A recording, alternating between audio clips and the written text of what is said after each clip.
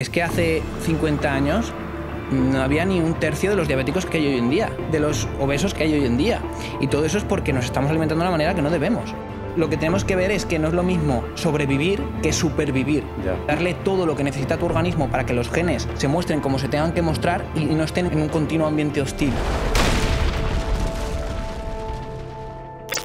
Hoy os traigo un tema que nos afecta a todos y además lo hace continuamente, porque vamos a hablar de la comida, de qué comemos y qué deberíamos comer. Pero no os traigo a un nutricionista cualquiera, os traigo a una persona que viene aquí a hablarnos de carne, de azúcar, de si está bien comer un mango en enero, en Finlandia, o si está bien ir a casa de la abuela a comer unas lentejas, esas ricas lentejas. Por eso hoy ahora en Roca Project tengo conmigo a Juan Bola, experto en nutrición ancestral, o como él llama, nutrición evolutiva. Bienvenido, Juan. Hola, gracias por invitarme. Es un placer estar aquí, la verdad. Qué guay. Hace tiempo que me escribiste, te lo debía. De hecho, mira, voy a leer una cosa para que sepáis. Primer libro de Juan, que me lo mandó hace meses, antes de verano, madre mía. Y me dice, para Carlos, con cariño, todo un honor poder dedicarte el libro. Espero de corazón que te cambie tu perspectiva nutricional y potencie tu vida. Vamos a hacer un gran podcast. Yo dije, tenemos que grabar en breve. Han pasado los meses, vamos a tope. Juan no venía. Me manda el segundo libro. El engaño del colesterol. Yo conocí unas personas que decían costerrerol, Juan. Costerrerol. Pues mira, dice así el libro. Dice, para Carlos, con cariño, estoy deseando poder charlar contigo. Y aquí ya subimos el tono. Dice, deja de darme largas y hagamos el mejor podcast de nutrición. Pues Juan, hagamos el mejor podcast de nutrición, ¿vale? Sí, yo creo que la gente que nos va a escuchar realmente va a salir de aquí con una perspectiva nueva de nutrición, le van a cambiar cosas en su día a día y sobre todo creo que van a reflexionar, que es al final a lo que yo vengo. Yo no vengo a imponer nada, yo vengo simplemente a contar mi perspectiva desde la clínica, desde la experiencia y desde todo lo que yo he leído y estudiado. Por ejemplo, para hacer estos libros hay más de 600 referencias bibliográficas repartidas entre los dos libros. Entonces, simplemente quiero hacer reflexionar.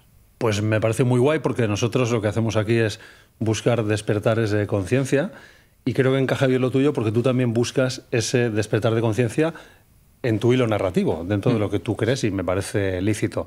Si te parece, hacemos una cosa. Déjame que les diga algo a la gente que nos ve. Traeremos también a una persona de una posición contraria a la de Juan, porque tampoco queremos posicionarnos en un discurso en concreto. Yo seguramente me quedaré con muchas cosas de lo que vas a decir. Es más, te animo a intentar convencerme.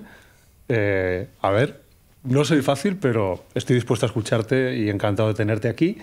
Pero creo que cada uno tiene que valorar en su casa lo que va a escuchar aquí, oye, y probarlo, ¿no? Cada uno es libre de opinar y de probar. Así que traeremos a alguien más. ¿Por qué tienes un discurso que atrae a mucha gente, te genera muy buenos amigos, pero también te genera muchos enemigos? Un momento y enseguida volvemos con el podcast. En general, cuando se trata de tomar buenas decisiones, es importante que nos fijemos en aquellas cosas que nos hacen sentir paz y tranquilidad. Si, por ejemplo, cuando revisas tu factura del móvil, te llevas una sorpresa en el mal sentido de la palabra, no entiendes los cargos o tienes que andar revisando cada línea como si fuera un contrato en otro idioma, probablemente es un indicativo de que no estás en el sitio correcto. Una buena decisión puede ser cambiar de compañía y pasarte a O2, la compañía de fibra y móvil donde todo es claro y sencillo. Disfrutarás de un precio fijo, sin letra pequeña, sin sorpresas, sin llamadas molestas a cualquier hora del día y además sin permanencia. O2 es la compañía con la mayor red de fibra y 5G Plus para el móvil que no complica las cosas. No interrumpe y cuando mejora sus tarifas, los primeros en disfrutarlo somos sus clientes. Y encima, si necesitas hablar con alguien, no te atiende un bot, te atiende una persona real que te escucha y te da una solución. Cámbiate ahora a O2 y además de disfrutar de una mayor tranquilidad, podrás hacerlo del fútbol de Movistar Plus y del mejor entretenimiento de Netflix con su nueva tarifa. Descúbrelo en o2online.es o llama al 1551. Dicho esto, seguimos con el podcast. ¿Por qué tienes un discurso que atrae a mucha gente, te genera muy buenos amigos, pero también te genera muchos enemigos? Bueno, yo al final lo que intento juntar dentro de la nutrición son para mí lo que son los tres pilares que deberían de ser. Uno es la genética, otro es la fisiología, que está muy ligada a la genética, y por último es nuestra historia evolutiva. me gusta mucho la paleontología. De hecho, yo las charlas que suelo dar hay más datos paleontológicos casi que de nutrición, pero porque realmente me gusta utilizar la lógica. Hoy en día parece que todos son estudios estadísticos que son muy fácil manipulables y que nos dicen lo que tenemos que comer, pero es que eso realmente, la nutrición no son matemáticas. Entonces, si nos fijamos en lo que somos, nosotros somos Homo sapiens. El Homo sapiens tiene 300.000 años, mínimo. Hay algunos autores que hablan de más. Se sabe que el genoma humano del que tenemos hoy en día está fijado hace 40.000 años. Correcto, 40 o 50.000 Sí, por ahí, ¿no? Sí, todos son aproximaciones, ¿no? Es difícil hacer cosas exactas cuando hablamos de estas cosas, pero son aproximaciones muy certeras. Para que la gente lo entienda, eso significa que somos lo que somos ahora desde hace unos 40.000. Exactamente. O sea, realmente lo que es la base metabólica, fisiológica, cómo funciona nuestro organismo básico, está fijado hace 40.000 años. Somos seres del Paleolítico. Lo que pasa es que el mundo ha avanzado tan rápido, sobre todo en los últimos miles de años, que al cuerpo no le ha dado tiempo a adaptarse a todos esos cambios. De hecho, hay una teoría que es la teoría del... No me acuerdo el nombre, gen ahorrador, alguno de estos, que habla de que estamos tan fuera de lugar que por eso enfermamos. Vale. Y claro, pues si nos fijamos en qué hacíamos hace 40.000 años, pues es muy diferente a lo que hacemos hoy en día. Entonces yo no hablo de volver a las cavernas y llevar un taparrabos, sino simplemente fijarnos en ciertas cositas que podían mejorar nuestro día a día. Y luego, además, está la epigenética, ¿vale? La epigenética es como los genes se adaptan al ambiente. La epigenética evolutiva, que lo llaman, ¿no? Es una parte de la epigenética, desde luego. Entonces, tú puedes estar en un ambiente muy hostil y lo que hace el cuerpo es intentar adaptarse a ese ambiente para sobrevivir el máximo tiempo posible. Por ejemplo, una persona que fuma. Hay personas que me dicen, no, es que mi abuela fumó hasta los 90 años y se murió. Con 90 años fumando toda la vida. Digo, bueno, tenía una epigenética muy fuerte que se adaptó a un ambiente hostil. Pero que realmente cuánta gente puede llegar a esas edades, ¿no? O es que mi abuela todas las mañanas comía 7 galletas, ¿vale? Pero cuánta gente puede llegar allí y no ser diabético y no tener... Entonces, lo que tenemos que ver es que no es lo mismo sobrevivir, que es lo que hace mucha gente hoy en día, que supervivir, que darle todo lo que necesita tu organismo para que los genes se muestren como se tengan que mostrar y no estén en un continuo ambiente hostil, ¿no? Yo siempre digo que me dicen, no, es que la edad media de edad, o sea, de muerte, o sea, cada vez la esperanza de vida es como más alta, más alta. Digo, vale, pero ¿qué sentido tiene pasar tus últimos 15 años de vida con Alzheimer en una silla de ruedas en una residencia? Ya. O sea, realmente eso no es vivir. Entonces, hay que llegar a esas edades muy bien y para eso hay que comportarse muy bien con 30, 40 años y comer muy bien, ¿no? Entonces, por eso es tan disruptivo mi discurso, porque yo hablo de comer mucha carne. Sí, porque es incómodo para la sociedad que tenemos Sí. hoy en día. Has dicho algo, conforme explicabas esto, has hablado de esa abuela que se alimentó mal, ¿no? Y que por epigenética, pues bueno, pues aguantó y vivió mucho, ¿no? Y llegó a muy mayor. Que se adapte no significa que sea bueno, ¿no? Significa que desarrolla tolerancia, por así decirlo. Sí, exactamente. O sea, es una adaptación porque al final lo que quieren nuestros genes es vivir lo máximo posible. Entonces, se adapta. Hay otro ejemplo muy claro. Yo no sé si habéis visto los pies de un corredor descalzo, ¿vale? Son unos pies que se parecen mucho a lo de los niños, a los bebés. Son pies muy cuadrados y con los dedos muy abiertos. Y realmente hoy en día tenemos todo lo contrario. Tenemos los pies como en punta. Deformados por el zapato. Exactamente. Sí. El zapato nos ha deformado los pies. La forma del calzado es terrible, ¿no? Y nuestras abuelas todavía peor, que se le montaban los dedos gordos y tal. Ya. Y nuestras abuelas vivieron 100 años, pero tenían los pies que tenían que tener. Tenían problemas de cadera, de lumbar, de... Entonces, interesante. Claro, es otra vez una adaptación. El cuerpo se adapta a lo malo, pero realmente lo que tenemos que hacer es darle lo bueno para que viva bien y esté a gusto y superviva. Por ejemplo, has comentado lo del genoma humano fijado hace unos 40.000 años aproximadamente, pero también por epigenética, hace unos 8.000, que en el norte de Europa había ganaderos y desarrollaron el gen de la lactasa persistente, ¿no? Que les permitió pues, tener esa tolerancia a la lactosa y beber leche. Ese cambio adaptativo, que sería, es la comida que tengo más, soy ganadero, tengo mucha leche, es positiva, o sea, las generaciones que vienen después, para ellos sí va a ser bueno tomar lactosa.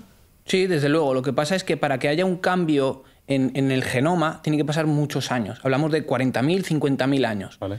Entonces, ¿qué ha pasado ahora en todas esas sociedades que, como bien dices, pues en el norte de Europa el 95% hace ya bastantes años, ahora no sé en qué porcentaje estará, pero el 95% toleraban bien los lácteos.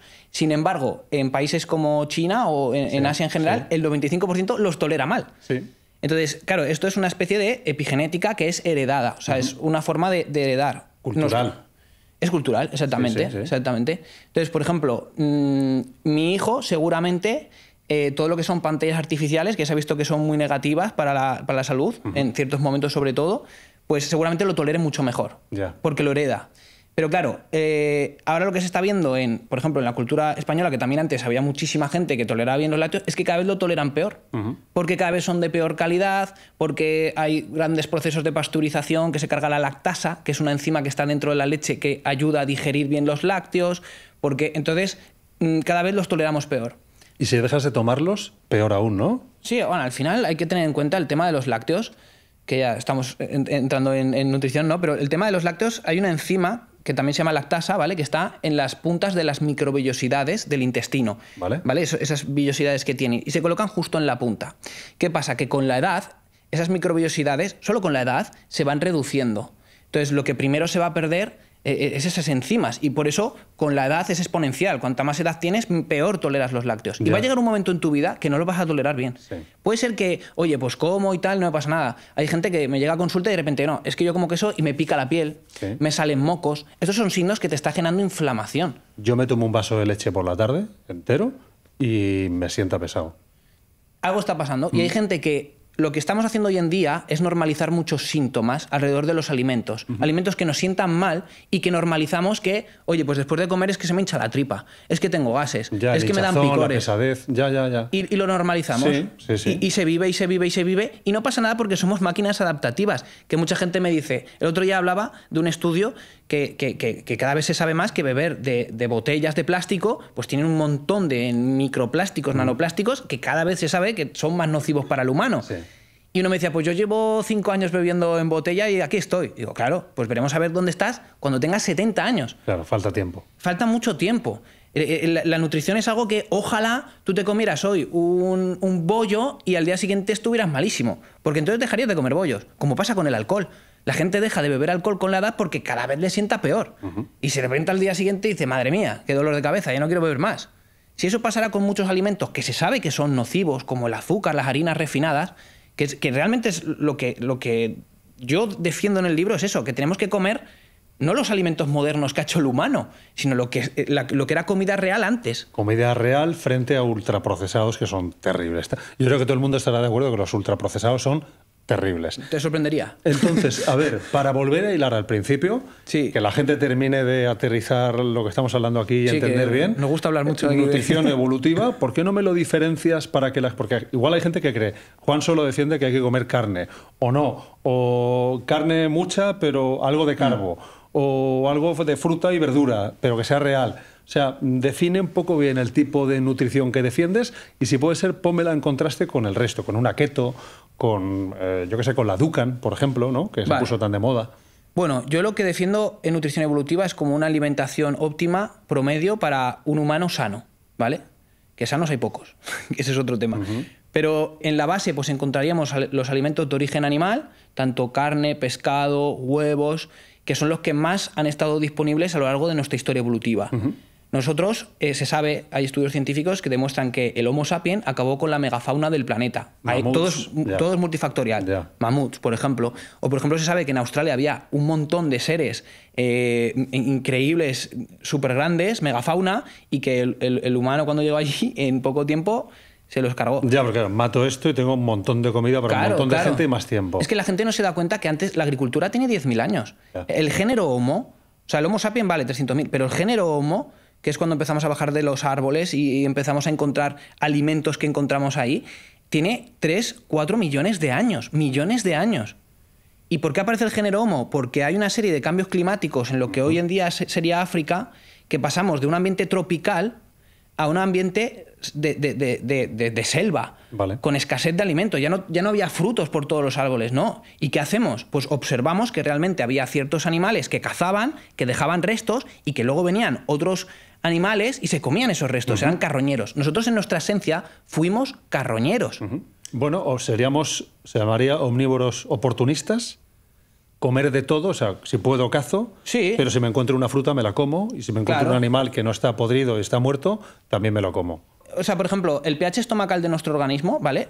Uno sano, porque normalmente tendemos a que sea más alcalino y eso es perjudicial. Es el principio del SIBO o de cándida intestinal, problemas. El pH estomacal está de media en 1,5. O sea, tú metes la mano ahí y te la quemas. 1,5. ¿Por qué tan ácido? Estamos entre los carroñeros y entre los carnívoros. Estamos justo en medio. Un omnívoro lo tiene en 3, en 4, más arriba. ¿Por qué? Porque realmente nosotros venimos de un pasado muy carroñero de comer mucho. Cuando no había neveras, cuando no había supermercados, comíamos las sobras llenas de bacterias, de patógenos, de cosas que en nuestro estómago tenían que morir para no ser un problema, porque si no nos hubiéramos extinto. O sea, fue algo que hemos desarrollado con los años, con los millones de años de evolución, y tenemos un pH estomacal tan ácido por esta razón, ¿vale? Luego ya nos hicimos cazadores, bueno, carroñeros expertos, porque hay algunos vídeos que son fantásticos y si pudieran incluir aquí, yo os lo pasaría, de gente de culturas ancestrales tirando piedras a tigres que acaban de cazar un alce. No, un alce no, que eso es del norte, una gacela, perdón. Tirándole piedras y ahuyentando para coger la presa. Esos son carroñeros expertos, ¿vale? Antes de la agricultura, como decíamos, aparece hace 10.000 años. ¿Tú crees que antes de 10.000 años era posible conseguir, no te digo 400 gramos de pan que recomiendan algunas organizaciones, pero 100 gramos de arroz? ¿Tú crees que era posible? Y más teniendo en cuenta que la sandía antes era así. Que el ser humano lo que ha hecho es que la sandía sea así. ¿No? También eran muy pequeñas. Muy pequeñas. O el trigo. O sea, el trigo de hoy en día es una aberración genética que ha hecho el humano. Sin el humano, el trigo, el 95% del trigo que se come hoy en día, que es el trigo harinero, lo inventó el humano. Entonces, realmente hace más de 10.000 años era prácticamente imposible comer tantos vegetales. Comeríamos muchas raíces y las chuparíamos sobre todo. Cuando tú estás en el campo, mucha raíz. Entonces, la base alimentaria... Sí, porque tubérculos comíamos, seguro. Sí, pero es lo que hablamos. Si un tubérculo es así... O sea, ¿tú crees que... Bueno, te fundamentas en estudios seguro, ¿no? Paleontológicos, que cuando éramos más antiguos, hace unos 40.000 años, básicamente comíamos carne como principal alimento. Como principal alimento. Porque es lo que te digo, si tú tienes un clan y tú eres un cazador, ¿qué es más fácil para dar de comer a todo el clan? ¿Recolectar o matar a un mamut? Claro. Es matar a un mamut. Claro. De hecho, las pinturas rupestres, ¿tú qué ves? Sí. Era un culto a la caza. Sí. Bueno, no sé si hay pinturas rupestres de siembra de tomates. Yo no he visto en la vida. No creo. Habría que preguntarle a Arzuaga, pero Arzuaga, que está ahí en Burgos, lo que ve es lo que ve. Y de hecho, en sus libros defiende eso también. Vale, por seguir trayendo un poco el discurso al hoy en día.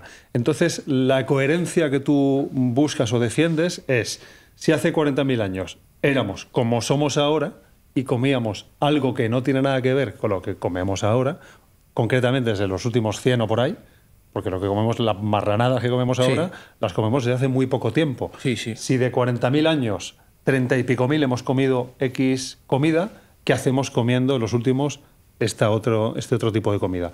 ¿Van por ahí? Va por ahí los tiros. Y no es solo una alimentación es basada en alimentos de origen animal, ¿vale? Pero eso puede ser la parte baja. Luego, si fuéramos arriba, ya encontraríamos vegetales, y en la parte de arriba del todo, pues tubérculos, fruta, ¿vale? Pero realmente una alimentación para un adulto sano y para un niño también, la base alimentaria tendrían que ser eso, alimentos de origen animal, y luego ya pues incluiríamos vegetales en nuestros platos y todo lo que da la naturaleza realmente, aunque haya habido una hibridación. ¿Es lo que tú defiendes? O sea, tu modelo de estilo de vida, nutrición, porque entiendo que esto va más hacia un estilo de vida que hacia una dieta. Exacto. Es digamos un 80% de carne y lo demás como 70-80, sí, 70-80 también depende de la época del año, que eso es algo que podemos hablar después. La estacionalidad nos marca cuando tenemos que comer más vegetales, cuando menos.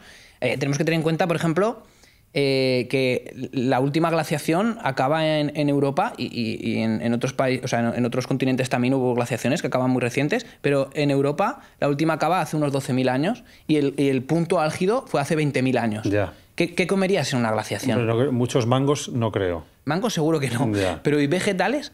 ¿Cómo viven los inuit en el Polo Norte? ¿Cómo vivían? Porque ahora ya ha cambiado todo mucho, ¿no? Es imposible. Entonces, los vegetales, y habría un conocimiento extenso sobre ellos, mucho más que ahora, porque se está perdiendo esa inteligencia ancestral de que mi abuela me dice esta planta sí, esta planta no, esta planta para esto, esta planta para lo otro.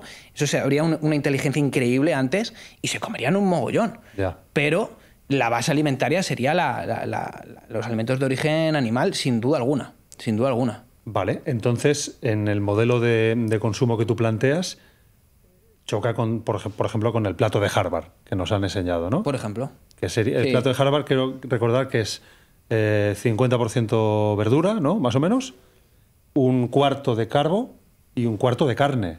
Podría ser. O sea, lo estudié en la universidad y realmente en la universidad estudié muchas cosas. O sea, sí, creo bueno, que algo y así. te lo hilo con la pirámide alimentaria que nos enseñaron ejemplo, en el colegio. Yo lo aprendí, yo soy de GB. Sí. En la base, los cereales, ¿no? En la universidad era también la pirámide nutricional. De hecho, que uno de los sitios donde peor se alimenta la gente, que es un crimen, es en los hospitales. Y a nosotros nos enseñaban como nutricionistas que a una persona diabética o enferma de cáncer le teníamos que dar un desayuno de croissant con azúcar porque necesita energía. A un tío que se está muriendo. Precisamente del azúcar. O sea, que si habláramos de cifras, yo en el libro hablo de cifras, de que es que...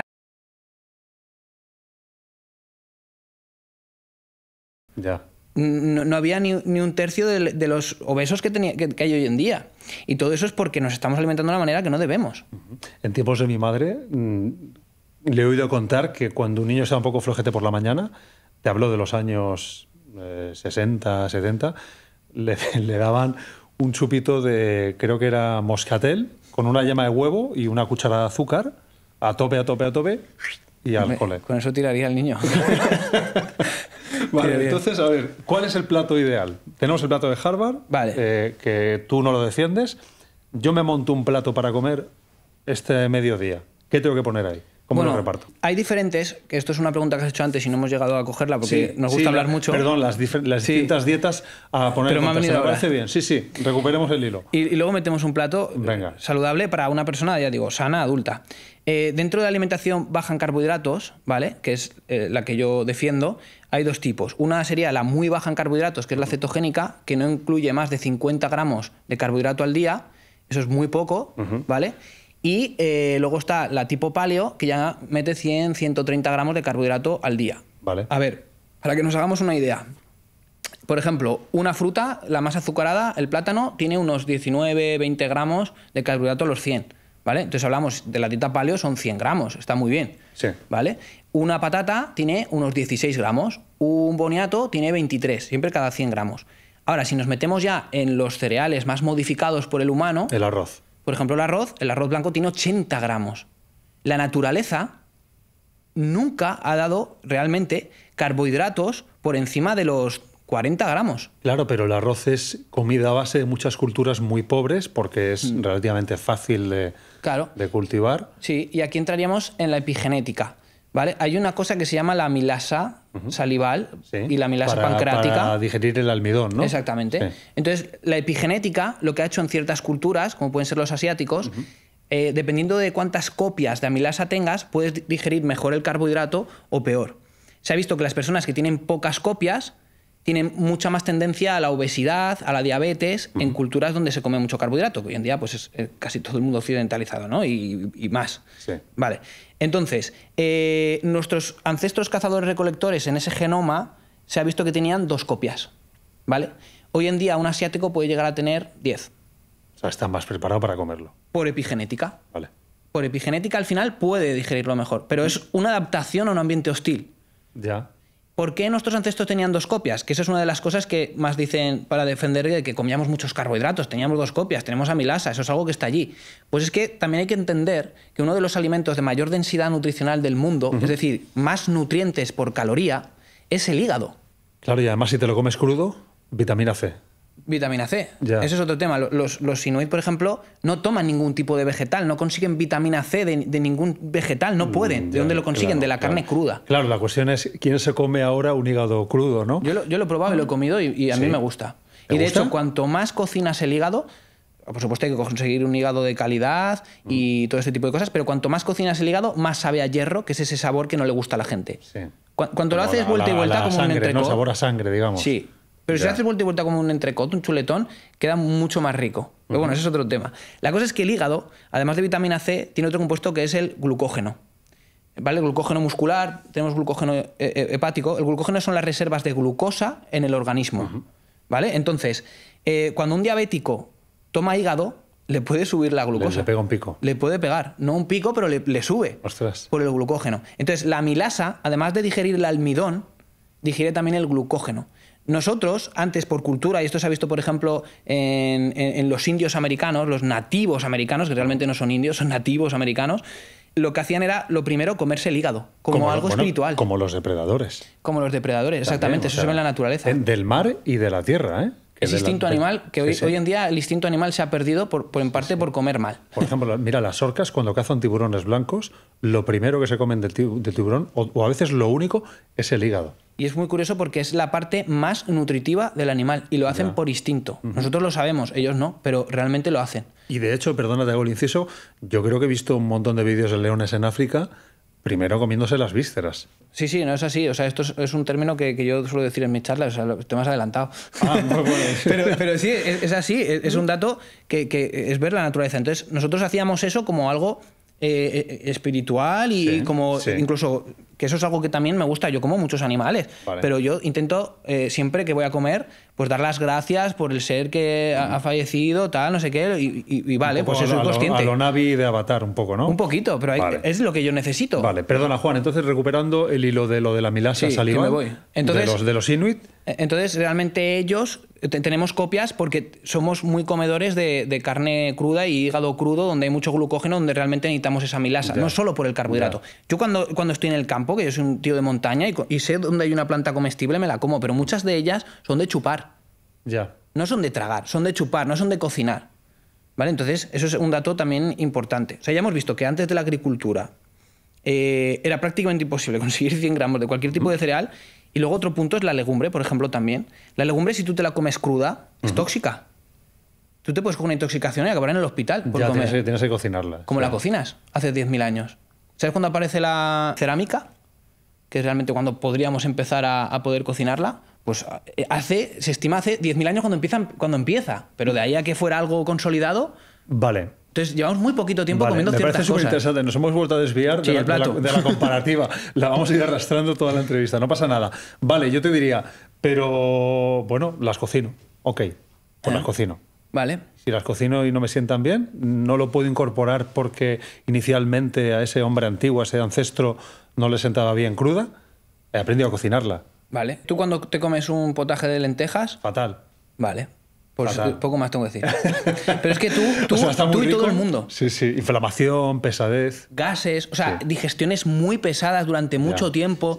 Claro, lo que decías de que hemos normalizado esa sensación desagradable. Tú puedes comerlo. O sea, es que yo de hecho digo y defiendo que somos como unos carnívoros facultativos. Tú puedes comer cualquier tipo de vegetal y puedes sacar nutrientes de allí. Y yo digo que son alimentos de supervivencia realmente. Pero si tú tienes todas las posibilidades... ¿Qué vas a hacer? Pues tú te comes el mamut. Yo no quiero esa legumbre que me va a sentar mal, que me va a dar fatiga, que yo sé lo que tengo que comer. Además, un poco dándote la razón, ¿no? Me imagino ese ancestro del Paleolítico comiéndose las lentejas de la abuela cocinadas, imagínate, ¿no? Ese tío puede después correr delante de un león para que no...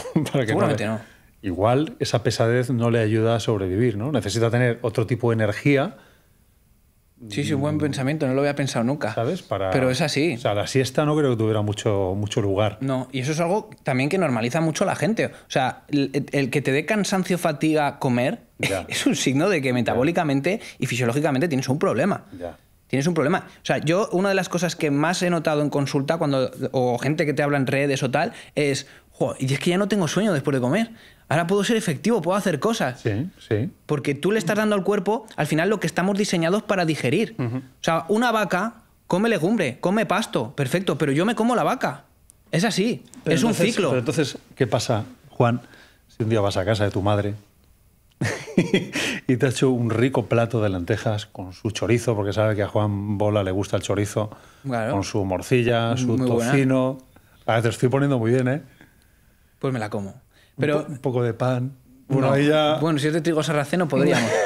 El trigo sarraceno es un cereal bastante... ¿Te lo comerías? Sí. Te darías el capricho. Hay una cosa que se llama hormesis, ¿no? Que es como lo que no te mata te hace más fuerte. Entonces, siempre está bien exponerse a pequeñas cantidades de cosas que tu cuerpo tiene que prepararse para luchar contra ellas. Y es un poco como salir de la zona de confort. ¿Como para inmunizarte contra eso? Sí, por ejemplo. Ya. Entonces, realmente son cosas interesantes. Y no podemos tampoco decir, voy a ser 100% purista y voy a hacerlo todo bien, porque en la sociedad en la que vivimos hoy en día es imposible. Ya. A mí me gusta salir y disfrutar con un amigo, con quien sea, y tomarme una buena tarta de queso porque es mi postre favorito. Claro, pues lo la hago. vida social. Es importante también, Sí. pero ¿dónde está el límite? Eso porque es lo que hablábamos antes cuando estábamos aquí. Siempre hay una excusa para comer algo que no está bien. Hay un cumpleaños, Sí, es verdad, hay es verdad. un fallecimiento, Es verdad. hay una celebración de que hace mucho que no veo a alguien, hay una festividad. O sea, siempre hay algo que está mal y que te lleva a comer mal. Entonces, pues ¿dónde está ese límite? Entonces yo una vez al mes, 2 o 3 a veces, te vas de viaje, pues disfrutas. Pero el gran porcentaje de mi tiempo del año, un 95%, hago las cosas bien. Vale. Pero si tu abuela te hace eso con tanto cariño, pues te lo comes. Claro, ahí voy. O sea, en la vida social renunciar a unas patatas bravas. Ya. No lo sé. Pero- o sea, porque la comida también es disfrute. Para mí es placer. Bueno, yo aquí siempre entro en el tema de que la gente hoy en día vive para comer y realmente deberíamos de... Comer para vivir. Exactamente, comer Ya. para vivir. Ya. Eso es importantísimo. Entonces, es información la comida. Y el gran problema que tenemos hoy en día es que nosotros durante muchos años, tú, yo y la gran mayoría de nuestra generación, se ha alimentado muy mal. Ha comido por la mañana galletas, colacao, luego se toma no sé cuánta arroz blanco, pan. Tenemos el sistema digestivo muy alterado. Y tú cuando eres joven, desde los 10 hasta los 25, 30 años, puedes estar muy bien comiendo fatal. Porque es así, el cuerpo aguanta. Eres joven, te crees que te vas a comer el mundo, que nunca vas a enfermar. Pero a partir de los 30 es cuando vienen los problemas. Y ya tienes taras porque lo has hecho muy mal.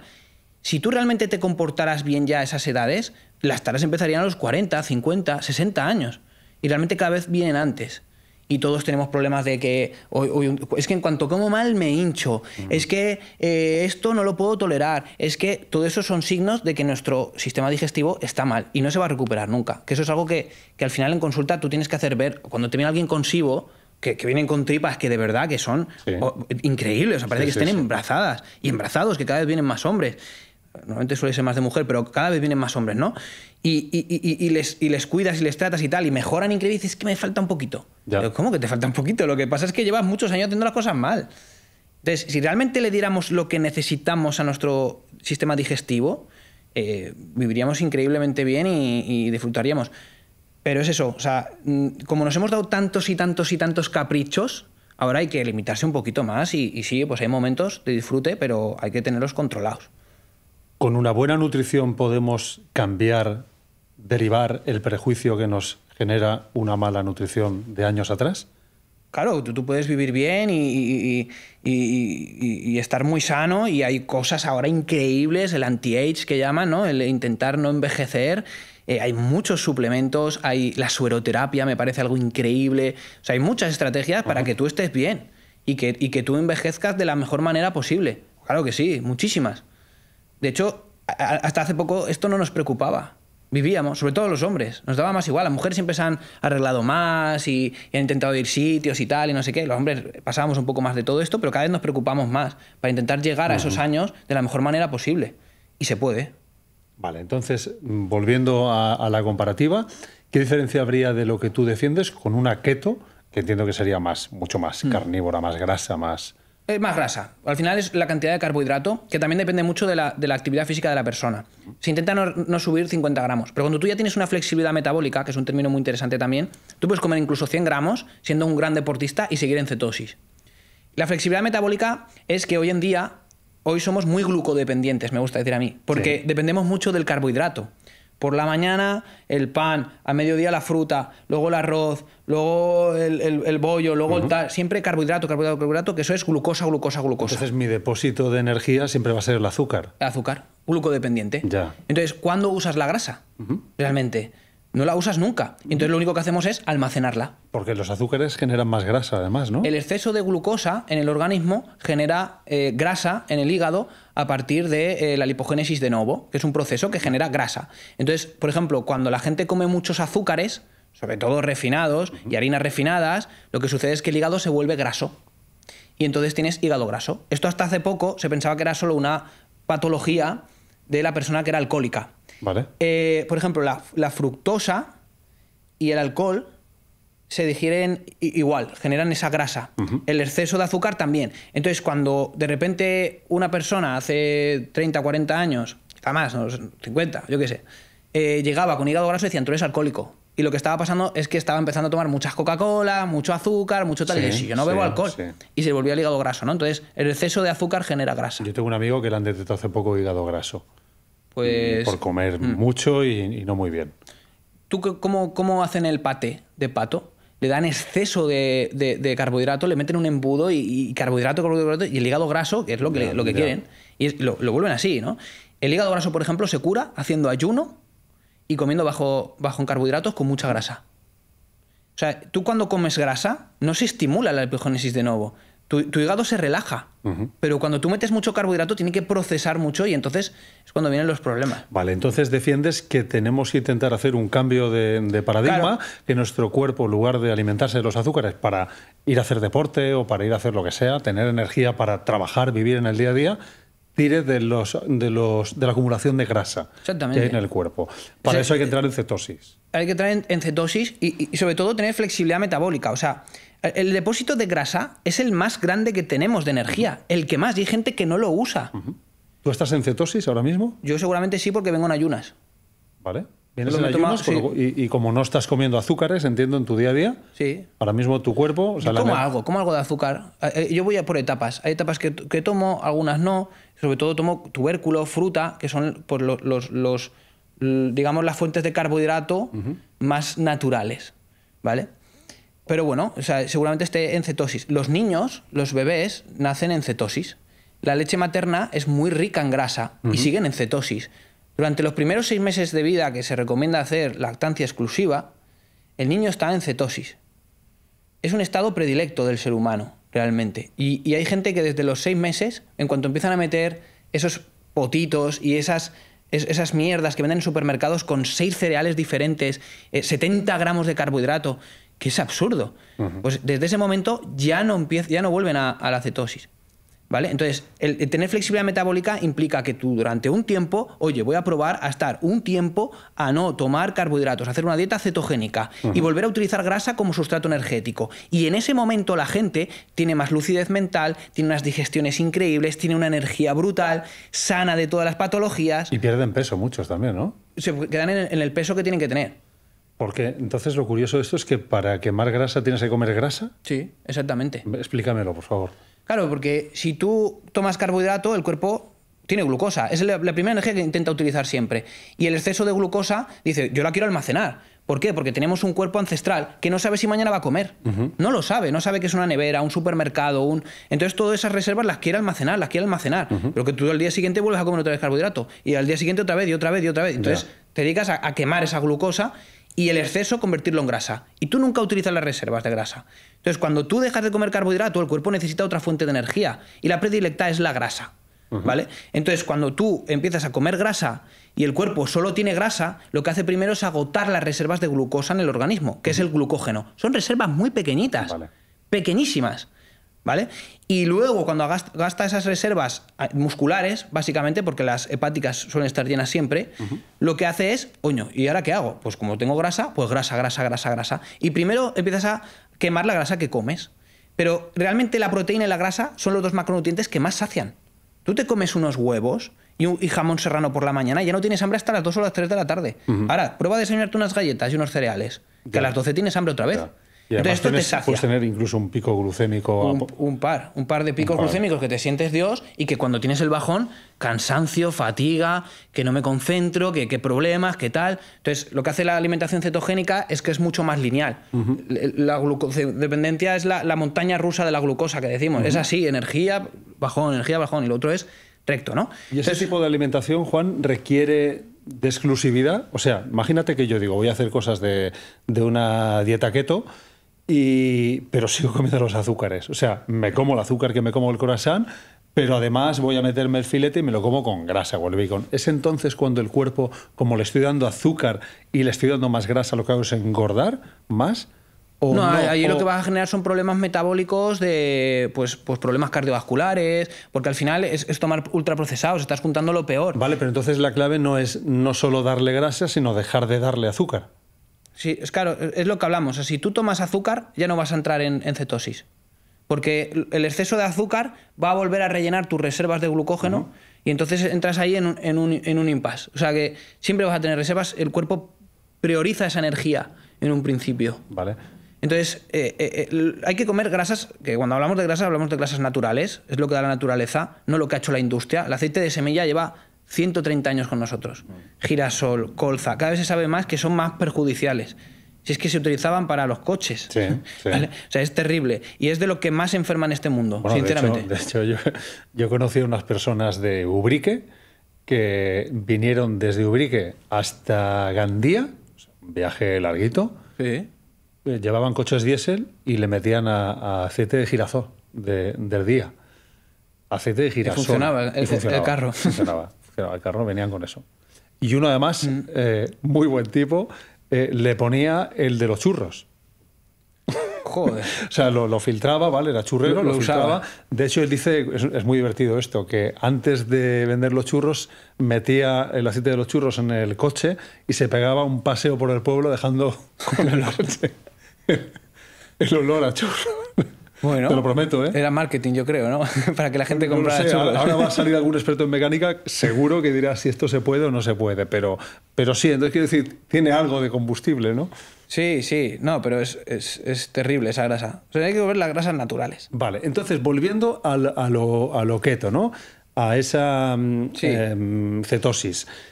Entiendo que tu modelo estilo de vida sí que bebe un poco de eso, o sea, de cómo, de vez en cuando. Es flexibilidad metabólica, o sea, es etapas en las que, ostras, en invierno igual no conseguías... vamos a poner en situación. Por ejemplo, cuando la naturaleza da las frutas más azucaradas, la miel, los principales cereales, los tubérculos, los da en otoño. Ya. Cuando acaba el verano. Estamos yendo hacia el mango en enero. Sí, por lo que exactamente. veo. Ya, vale, Pero vale. porque es interesante hablar de flexibilidad. A mí lo que me gusta es alguna etapa cetogénica, otra me tomas carbos. Igual 3 semanas que estoy en cetogénica y en otras estoy un mes tomando mucho más carbos. Entonces es un poco esa flexibilidad de que realmente hoy en día hay una globalización alimentaria que en todos los lados hay de todo. De todo. De todo. Y parece que tenemos que comer. Y además es terrible porque se está desplazando la cultura del Mediterráneo. O sea, es así. O sea, y en general todas las culturas, ¿no? Tú vas a Japón y tienes todo lo que quieres, comida española, japonesa, tal, Claro, no sé pero qué. eso se vende como algo bueno, que tú en cualquier lugar puedas comer lo que tú quieras de cualquier lugar. Pues realmente tú tienes que comer lo que la naturaleza te da en el lugar que tú estás.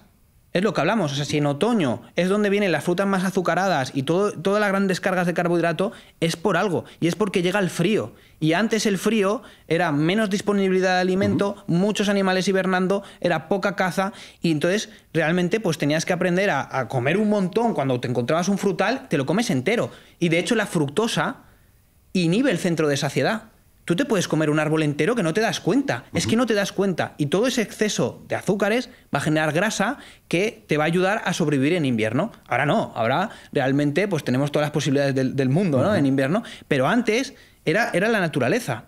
Y cuando llega la primavera y el verano, realmente en esas épocas, que hoy en día tenemos frutas muy grandes, antes eran bayas. Las realmente que vienen con el calor son las moras. Son las frambuesas, son las fresas, son bayas realmente. Y antes toda la fruta era así. Antes hablo de hace 30.000 años, ¿no? Entonces, la época de comer azúcares es cuando llega el frío. Y de hecho el cuerpo lo pide. Septiembre, octubre son épocas que nos pide como mucho carbohidrato, fijaros. Sí, sí.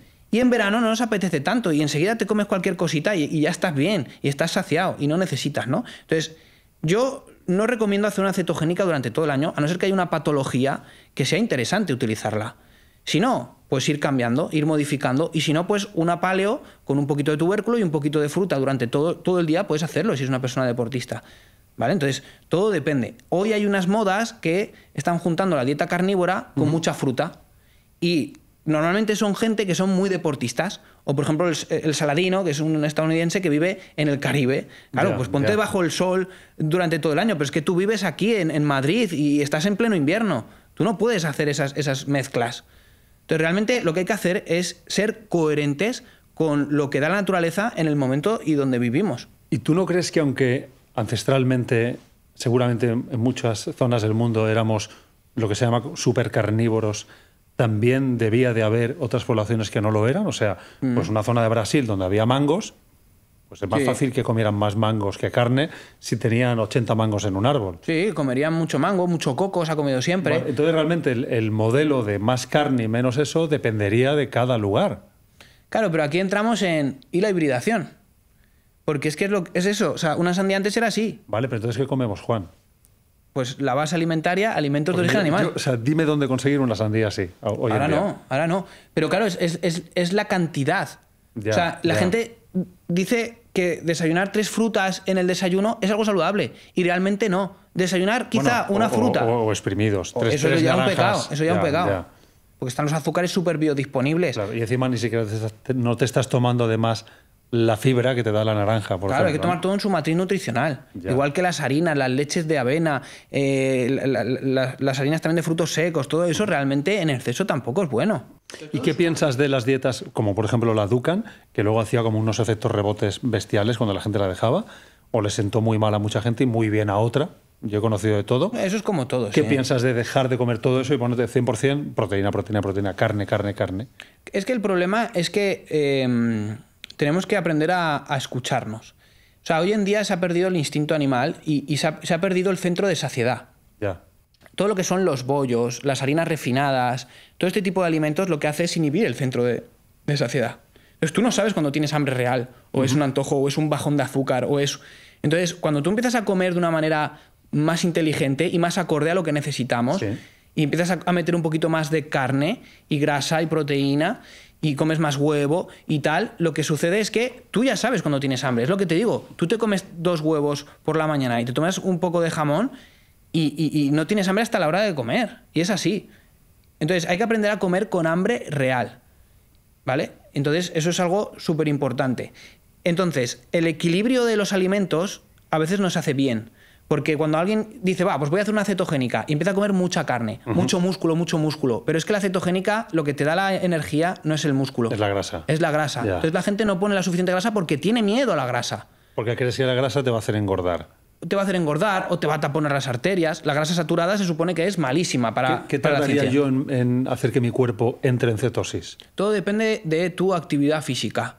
Yo hago mucho deporte. Y el metabolismo. Entonces, hay metabolismos que son muy rápidos. Si tú haces mucho deporte, es probable que en 3-4 semanas podrías estar ya en una cetosis. 3-4 semanas. Leve. Vale. ¿Qué tendría que hacer y qué sentiré cuando lo consiga? ¿Cómo me sentiré a nivel de energía y todo? Hay medidores, ¿vale? El Keto-Mocho, por ejemplo, te mide las cetonas en sangre, que es como hay que medirlas. Luego hay otros en orina, pero ese es menos eficaz. Hay que medirlo en sangre. Y tú realmente lo que empiezas a sentir cuando es este tipo de alimentación es claridad mental, es energía, es no tener sueño después de las comidas, buenas digestiones. O sea, tú lo notas, 100%. Y se trata de eso, de probarlo. Porque hoy en día parece que o haces una cosa o haces la otra, pero si haces la otra está mal. Yo he sido vegano muchos años. ¿Has sido vegano? Yo he sido vegano, sobre todo vegetariano. Vegano fui poco, es verdad. Pero vegetariano, mi madre era muy vegetariana. ¿Cuál es tu opinión sobre el veganismo hoy en día? Bueno, a ver, es que hoy en día tenemos una tendencia, aquí en España, no tanto en otros países, hay una tendencia al veganismo por un grupo de personas que está fomentando y haciendo un contenido que realmente ridiculiza a la gente que intenta hablar de carne y hacen vídeos riéndose de ellos diciendo, no, esto no puede ser, la carne es malísima, te va a matar, tal. Y realmente hay una tendencia al veganismo. Pero es que la gran mayoría de estudios que avalan el veganismo, primero, el veganismo es una moda. Nunca en nuestra historia evolutiva hemos sido veganos. Nunca. Y segundo, todos los estudios que se utilizan son estadísticos. Te voy a poner un ejemplo. Yo, por ejemplo, para el café, llamo y pregunto a alguien, oye, ¿tomas café? Sí, bueno, sí, tomo café. ¿Y cuántos cafés tomas? Pues tomo 2 o 3 cafés al día. Ah, vale. ¿Y hace 10 años tomabas 2 o 3 cafés? Bueno, hubo una época que no, otra que sí, bueno, sí, no sé, apunta que sí. Y así haces 1 millón de llamadas. O sea, haces cuestionarios de alimentos. Y de repente te sale una estadística que dice que las personas que bebían más café tenían menos cáncer. Eso es una mierda. Eso no es estudio. Porque además, saber que un solo alimento en todo lo que tú haces en el día, que no es solo comer, que es contacto con la naturaleza, que es pantallas artificiales, que es... todo es un todo. ¿Cómo vas a saber que el café te protege del cáncer? Por un estudio estadístico. Cuando tú conoces la estadística, primero, puedes hablar muy bien y quedar muy bien. Y segundo, lo que puede pasar es que puedes manipularla. Si conoces la estadística y el tipo de estudios que se hacen... Bueno, puedes caer... Pero estés en un lado o en otro. Es la falacia de cherry picking, de coger al final el que te interesa, que confirma tu propio sesgo. Claro, pero luego tenemos estudios que realmente nos hablan de qué pasa cuando tú coges a un grupo de personas y a uno le das mantequilla y a otro le das aceite de girasol. Y durante no sé cuánto tiempo le sigues. ¿Y qué pasa? Que se ve que la gente que toma mantequilla tiene mejor salud cardiovascular que los que toman aceite de semilla. Ya. Entonces, esos estudios son más interesantes. ¿Qué pasa? Que son muy caros. Y no se hacen. Todos los estudios que dicen que la carne provoca enfermedades son estudios con cuestionarios de alimento, estudios poblacionales, y no se hacen. Todos los estudios que dicen que la carne provoca enfermedades son estudios con cuestionarios de alimento, estudios poblacionales. No hay ni un solo estudio científico bien gestionado que diga que la carne es mala. Ninguno. De hecho, de los pocos que hay, dicen que la carne es buena, que es saludable. Déjame que te lea algo, ¿vale? Referente a esto que dices de la carne, porque todos hemos oído hablar muchas veces de la carne roja y el cáncer y todo esto, y busqué lo que dice la OMS como carcinógeno del grupo 1, riesgo confirmado de causar cáncer, especialmente colorectal. La carne roja no procesada fue clasificada como probable carcinógeno grupo 2A, basada en estudios observacionales con alta calidad metodológica. Dice, el riesgo no es altísimo, pero es significativo si se consume en exceso. ¿Qué piensas de esto? Venga, vamos por partes. Tema embutido. El tema embutido, en estudios, lo que hacen es meter cosas que no tienen ningún tipo de sentido. Unas salchichas Frankfurt. Una salchicha Frankfurt no es un jamón curado, de calidad. Estoy de acuerdo, sin aditivo. Sí, sí. Pues en esos estudios incluyen eso, como algo normal dentro del embutido. O meten jamón de pavo de que es un 80% carne y otro 20% son mierdas. Ya. Es destrosa, es proteína de soja, son cereales. nitratos, son cereales, son almidones. Entonces, ¿qué pasa ahí? Entonces, eso para empezar. Y luego el tema Claro, tú estás de acuerdo con que esos son malos. ¿Esos estudios? No. Ese tipo de embutido. Ese tipo de embutido es malísimo. Carne procesada, en realidad. El jamón curado ha salvado más vidas en este país de lo que nos podemos llegar a pensar. Realmente, cuando había escasez de alimentos y cuando había problemas. El jamón curado bien, que es la pata, la sal y el proceso de curado, eso es un superalimento. Y para las personas mayores, todavía mejor. Que no te lo puedo negar porque soy amo del jamón. Pero es que, quisiera encontrar pero es que me parece absurdo, no. me parece absurdo lo que está pasando en este país, que muchos alimentos nuestros de nuestra patria se estén demonizando por estudios que no tienen ninguna referencia, o sea, que no son válidos. ¿Qué está pasando? Ya, bueno, luego también es verdad que probablemente habrá un discurso vegano que hablará de las supergranjas de producción animal que no respetan. Claro, ese melón lo abrimos después, ¿vale? Vamos a, porque es un melón muy interesante. Pero cuando venga alguien a defender veganismo, yo quiero que me abra ese melón, no, pero o sea, el melón, el melón híbrido, Juan, sí. melón así. Y va a ser muy interesante, Pero el tema es que cuando hablan de carne también... Sí. Por ejemplo, muchas veces pone un estudio científico ha demostrado que el consumo de carne aumenta en un 50% la posibilidad de desarrollar cáncer de colon, carne roja. Vale, ese estudio lo vas a leer y primero va a ser, como te he dicho, con cuestionarios de alimentos y segundo, va a incluir, por ejemplo, las hamburguesas del McDonald's. De hecho, muchos estudios que ponen eso y ponen el titular en grandes periódicos sensacionalistas, te ponen la hamburguesa ahí del McDonald's. De la carne roja mata. ¿Pero qué me estás contando? No es lo mismo una ternera alimentada con pasto, una ternera alimentada de forma ecológica, que una ternera en ganadería intensiva, que ese es el otro melón que podemos abrir, ¿no? Pero esos estudios que tú hablas son todos poblacionales con cuestionarios de alimento. ¿Y por qué dicen que son estudios de gran calidad o de gran peso? Porque existen los metaanálisis.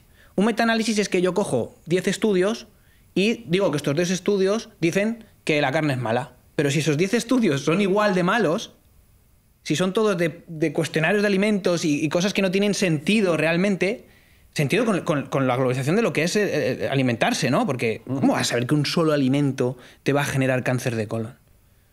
Y entonces hacen un metaanálisis y dicen, no, estos 10 estudios dicen esto. Todos los estudios que se basa la OMS para decir que la carne roja es cancerígena o potencialmente cancerígena son poblacionales o en ratas. No hay ninguno en humanos bien gestionado. Ni uno. Si alguien discrepa con esto, yo animo a que dejen preguntas, dudas. Incluso tú puedes responder algún comentario también del vídeo. Sí, me da un poco de pereza, pero lo podría hacer. ¿Se compromete a hacerlo delante de vosotros las primeras horas? No me comprometo, pero bueno, si hay alguno que me mandéis y me dices, oye, contéstale, yo le contesto. Bueno. Y luego, otro punto importante que has abierto un buen melón y me parece interesante es el tema de lo que es sostenible, de lo que es realmente pues respetable con el animal y todo esto. Y con ¿no? el medio ambiente. Y con el medio ambiente. Y te dejo una frase más. Vale. Para que cuando me respondas ahora lo consideres. A mí me puede gustar el discurso de dieta saludable que explicas, pero en el mundo hay 8.100 millones de personas. Y cada vez más, ¿eh? Y cada vez más. Tenemos un problema de superpoblación. O sea, somos un poco una plaga, por así decirlo. Entonces, ¿realmente es viable que todo el mundo coma como tú defiendes que hay que comer? Y ahora me respondes al otro y a esto. Vale. Voy a leer una cosa, ¿vale? Mira, un ternero se sacrifica con un peso aproximado de 550 kilos. Según datos de la FADA, eso implica 240 kilos de carne, 14 kilos de vísceras y 45 kilos de grasa. Teniendo en cuenta datos de la USDA, eso es aproximadamente 1 millón de calorías de alta densidad nutricional. Si tenemos en cuenta que un humano medio consume una cantidad aproximada de 2.000 calorías al día, un solo ternero, un solo ser, daría de comer a una persona durante 500 días. Dime tú qué vegetal puede hacer eso. Vale. ¿Y qué entonces, pasa? esto es como abrir el melón. De momento esto. Vale. Pero importante, cuando tú tienes un cultivo de vegetales, están muriendo seres. Están muriendo hormigas, conejos, mueren abejas, mueren también pájaros que se comen insectos que están intoxicados por todos los pesticidas y plaguicidas que están echando. Son monocultivos muchos de ellos, la gran mayoría. Monocultivos. Toda la biodiversidad que se ha perdido en esos terrenos. No sé qué cantidad de campo se quemó en Brasil, en el Amazonas, pero no sé, en cada minuto eran como... Eso es un dato que podríamos buscar porque es muy interesante. Pero allí luego, ¿qué se ha hecho? Pues pone agricultura. Y realmente, con un ternero tú puedes comer 500 días y matas un ser. Cuando tú realmente comes muchos vegetales, ¿qué te piensas? ¿Que una mosca tiene menos privilegio que una ternera? ¿O un conejo? ¿O una hormiga? ¿O una rata? Realmente no. Y luego hay que entender algo que es lo básico. Yo, por ejemplo, cuando hablo de comer carne, hablo de comer carne de calidad. ¿Vale? Entonces, la ganadería intensiva es un error y es un sistema que hemos hecho que está mal y hay que cambiarlo. Cada vez se va más a la ganadería extensiva. Grandes campos. ¿Por qué yo he venido de Andorra hasta aquí en coche y he visto muy pocos animales y mucho campo? Muchísimo. Los animales en el campo, además de ser bueno para la biodiversidad y todo este tipo de cosas, reducen riesgos de incendios y tienen una serie de privilegios súper importantes para el mundo. ¿Por qué no hay tantos animales allí? Entonces tenemos que ir hacia ese sistema. Y se está yendo poco a poco. Lo que pasa es que no interesa, porque realmente la ganadería intensiva mueve mucho dinero y hay muchos intereses. Pero también hay otro punto de vista, es si hay mucha más ganadería para alimentar con más carne a toda la población, ¿qué pasa con los gases de efecto invernadero? Bueno, realmente lo de los gases de efecto invernadero, si vemos lo que realmente supone la ganadería, es un 0,00, o sea, es nada. El gran problema que tenemos con los efectos, con los gases y con la contaminación, realmente ha sido el plástico. Siempre ha sido el plástico. Siempre ha sido el petróleo, que encima nos está intoxicando. El plástico nos está matando. Es así. Y es que un tío pues se coja un jet privado para ir a Brasil para dar una conferencia de cambio climático. Cosas que no tienen coherencia. Pues realmente ahí está, pero la ganadería, los animales no son un problema. Y mucho menos cuando son de ganadería extensiva, que se ha visto en estudios científicos, que ya verás tú la manipulación. O sea, hasta hace bien poco no se contemplaba el secuestro de CO2 del suelo, solo lo que emitía la vaca. Pero realmente cuando tenemos en cuenta todo el global del ecosistema de la vaca pastando, Incluso ayuda a reducir los efectos de gases, estos gases. Ayuda a reducirlos. Vale, y yo como sé, por ejemplo, que con este estudio, que yo no lo he visto, tú no incurres en esa falacia de cherry picking. Bueno, pues... Es que es difícil, o sea, entiéndeme. Sí, yo te entiendo, claro. Y yo, personalmente, como Carlos Roca, puedo estar súper de acuerdo con muchas cosas, pero intento, en mi rol de entrevistador, ponerte algún contrapunto a la par que te escucho. Pero claro, es un poco lo mismo. Tú puedes coger un estudio que avale tu argumento, tu narrativa, y igual la semana que viene, si viene una persona que defiende una teoría distinta, vendrá y me traerá otro estudio, como cuando vemos a los políticos que se tiran las estadísticas a la cara. Sí, bueno, pues al final lo que hay que hacer es escuchar a las dos personas, contraponerlas y ver por dónde sale cada uno. Pero al final esto es un sistema de contabilizar que se está aplicando ahora, porque antes no se aplicaba. Y a partir de ahora se va a aplicar así porque es lo que hay que hacer. Entonces, claro, hay estudios antiguos que te puede venir alguien y decir, no, es que la vaca contamina mucho, incluso en extensivo. Pero realmente cuando se coge y se hace bien las cosas y ahora se hacen bien y ya es el método que se queda, pues se ve que efectivamente pues, no solo es que aumente, sino que lo reduce. Ya. Vale, quiero llevar esto a las familias que nos ven. Porque hay un tema de economía, de precio, de dinero. Si yo quiero comprar arroz, me va a costar mucho menos de lo que me va a costar un filete de carne roja. Entonces, a lo mejor no es que no quiera comer más carne roja o más alimentos reales, real fooding, sino que no me lo puedo permitir.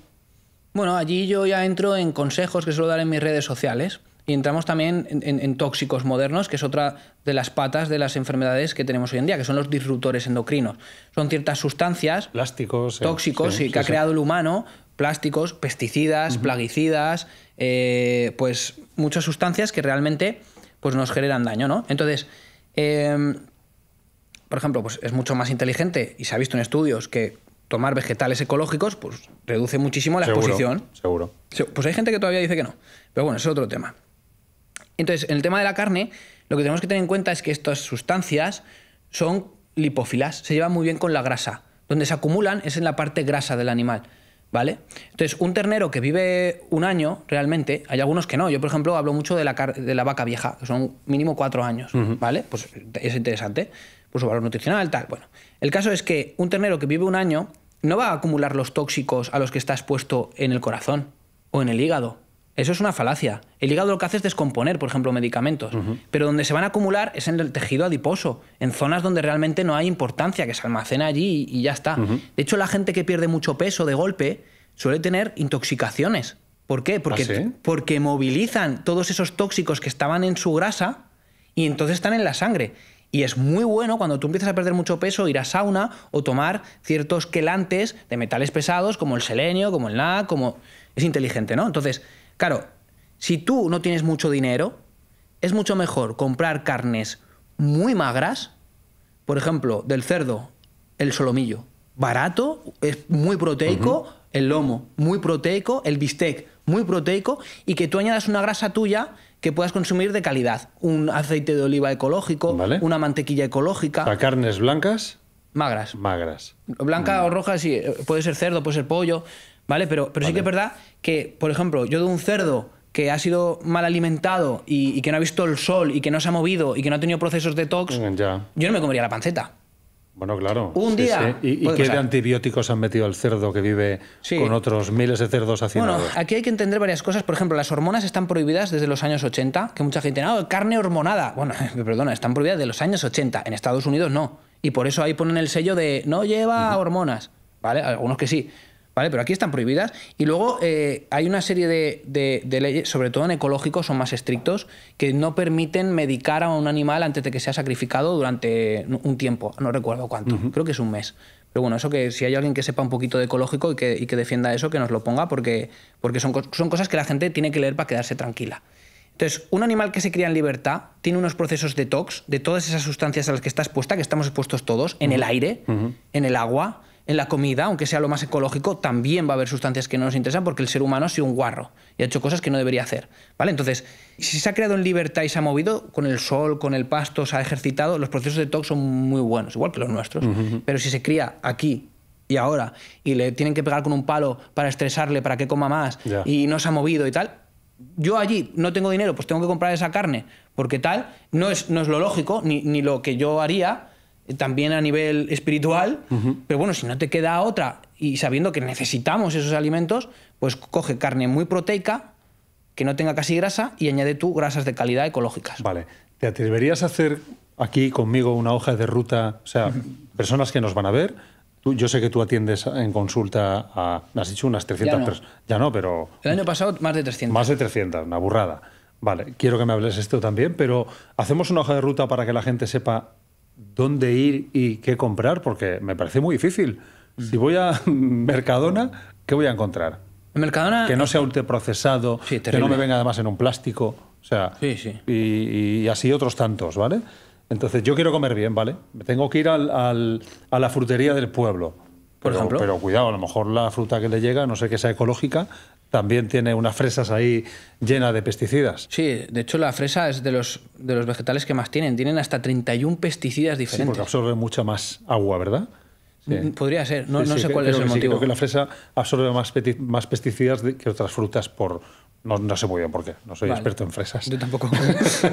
Solo sé los datos. Pero sí, bueno, hoja de ruta. Vale. Esta persona que nos está viendo dice, sí, yo quiero empezar a comer como come Juan Bola. Bueno, pues lo primero es que se lean mi libro y que entiendan todo el concepto. Vale, vamos al lío. La cosa es, siempre hay que ser un poco motivado en el sentido de buscar cosas, porque la gente quiere comodidades. La gente quiere ir, aquí estoy en casa, hay un Mercadona, voy allí. No voy a ir a 20 minutos a comprar vegetales ecológicos. O sea, a un hay sitio. que complicarse un poquito la vida. Hay que complicarse la vida, porque Vale. el que quiere comer bien y que quiere cuidarse, uno, tiene que dedicar tiempo en la cocina, que esa es otra, tampoco mucho, pero un poco, y otra, tiene que buscar sitio donde realmente pues, sea interesante comprar. Vale. Kilómetro cero. Kilómetro cero puede ser interesante para vegetales. O sea, y siempre va a haber un sitio donde haya vegetales ecológicos que son muy baratos realmente. ¿Crees de verdad que son más baratos que el resto? Son muy baratos o sea, si tú te compras un ultraprocesado, te cuesta €1, un bollo, pues por €1 puedes tener 3 limones ecológicos. O sea, quiero decir, en verdad tú te gastas el dinero en lo que quieres. Y yo, en salud, me gasto el dinero porque sé que es invertir en vida. Eso es otro en años de enfoque vida. que me parece respetable, sí. Pero si empezamos a ver, joder, te vas de cena a un sitio que es malísimo, a un ultraprocesado, comida basura, chatarra, y te gastas 15, 20 euros, cuando antes te gastabas 7. Bueno, antes lo podía entender, pero es que ahora te estás gastando 15 o 20 euros, que eso es una cesta de la compra de vegetales ecológicos para toda la semana. Llevas razón.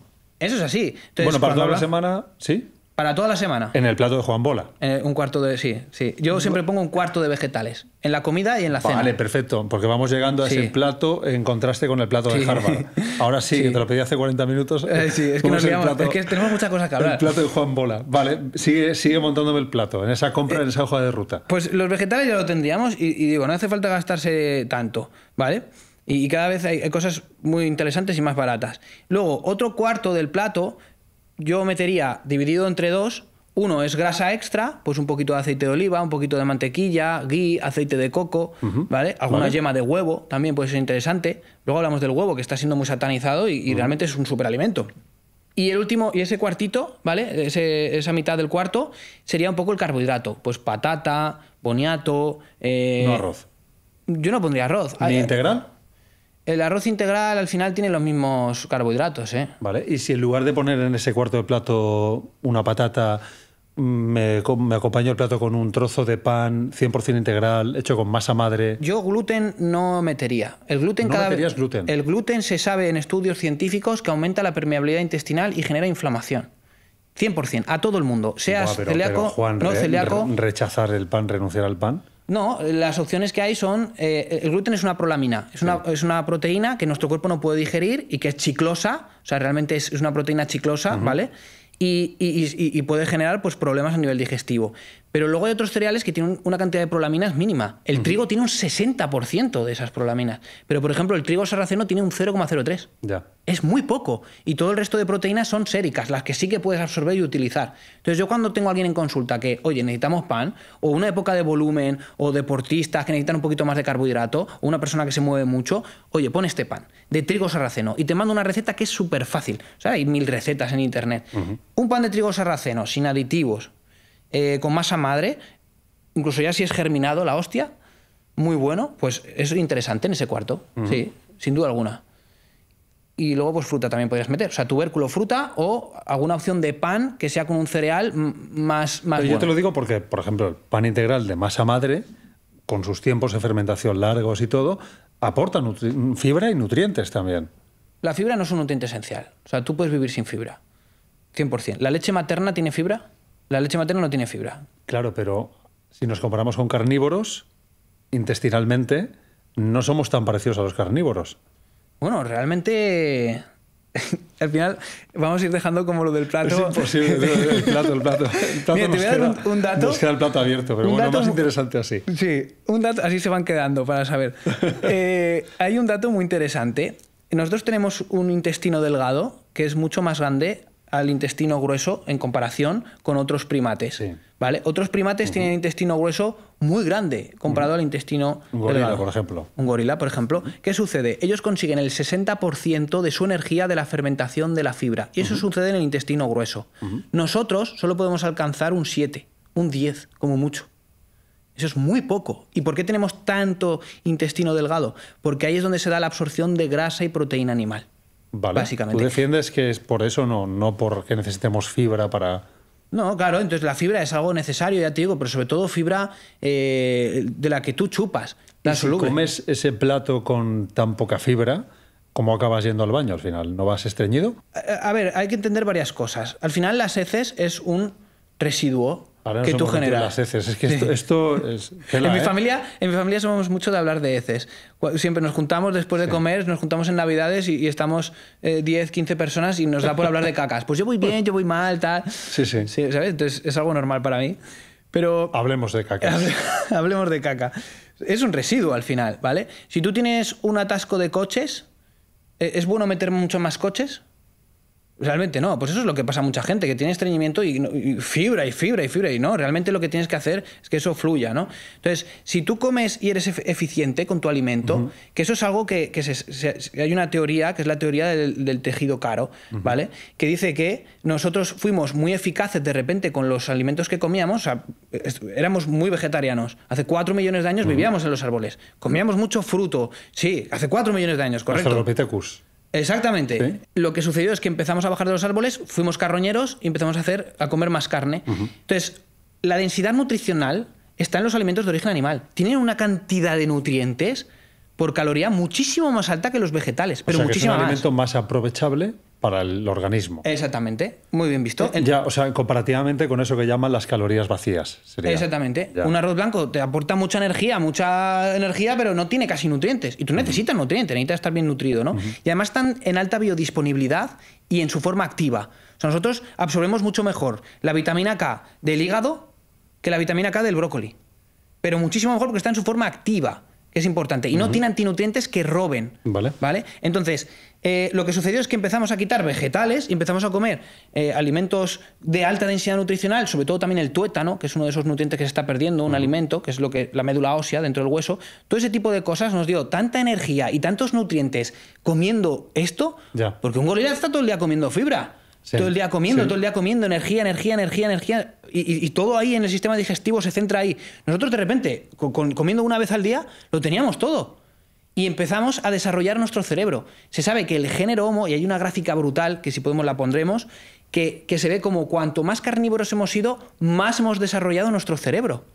Es brutal. Y es porque, de repente, la teoría del tejido caro dice eso, como el cerebro de repente empezó a utilizar mucha energía porque empezamos a cazar, empezamos a hacer cosas, a hacer herramientas. Hace 3 millones de años ya había herramientas. Que mucha gente me dice, ¿por qué no tenemos colmillos como otros leones? Porque teníamos herramientas. Esto está clarísimo que el consumo de proteína fue clave para el desarrollo del cerebro. Exactamente. Pero es eso, o sea, al final nuestro sistema digestivo cambió por completo porque se hizo eficaz absorbiendo eso y por eso ahora no tenemos un sistema digestivo como otros primates que tienen un intestino grueso muy grande, porque durante millones de años nos hemos adaptado a conseguir los nutrientes de ahí y tener densidad nutricional. Y hoy en día está pasando todo lo contrario. 5 comidas al día y llenas de fibra y para conseguir lo mismo que puedes...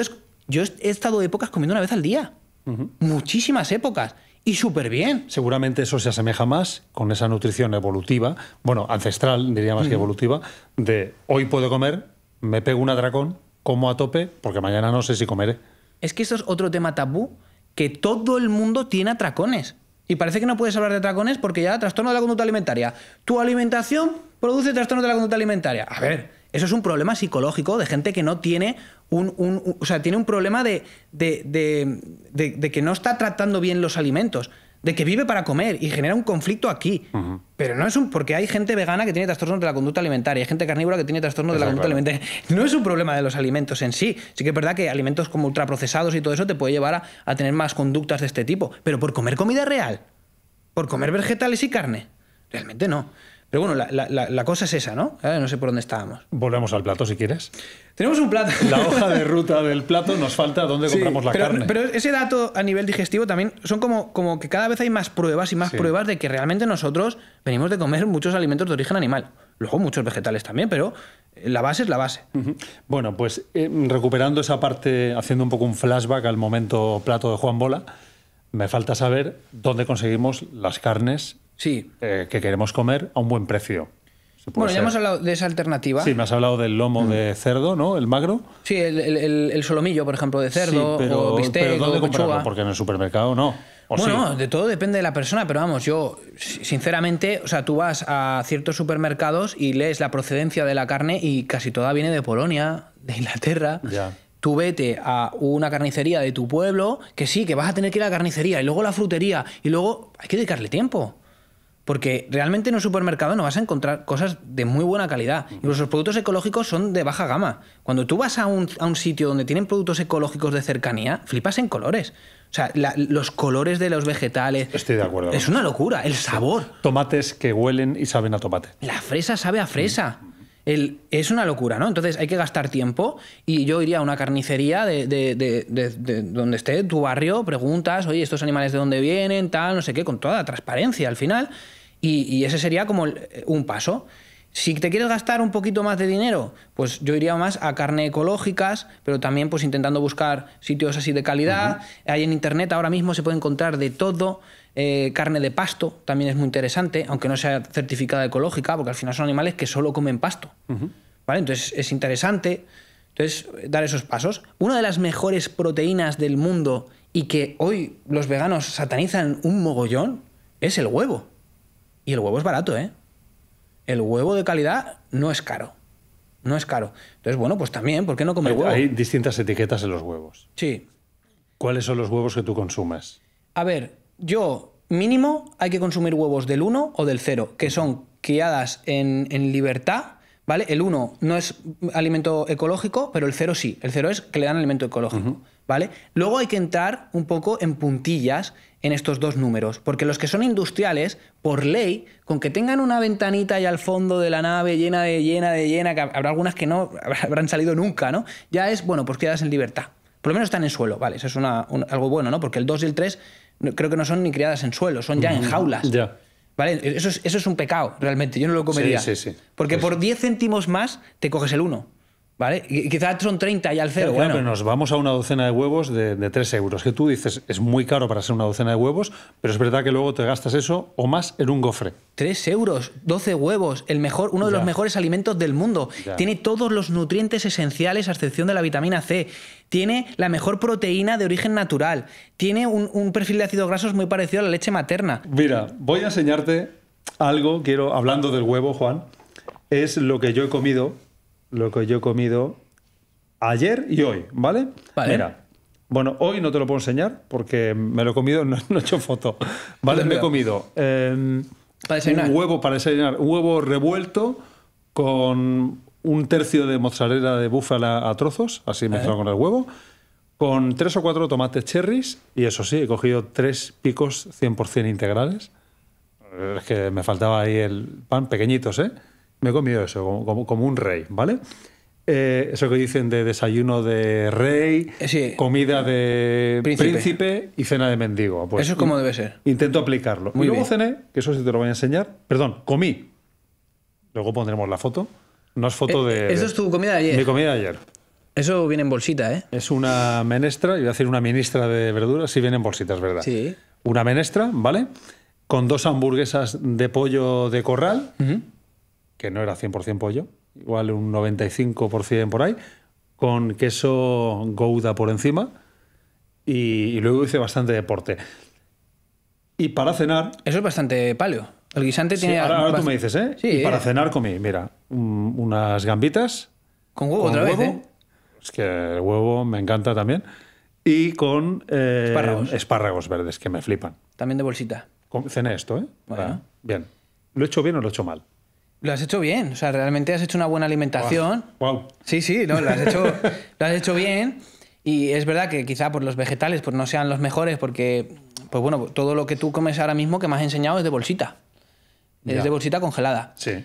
No es un problema que esté congelado. Los espárragos no, ¿eh? Vale, bueno, vale, bien. Pero venían con gomita. Sí, ya sé cuáles son. Sí, sí.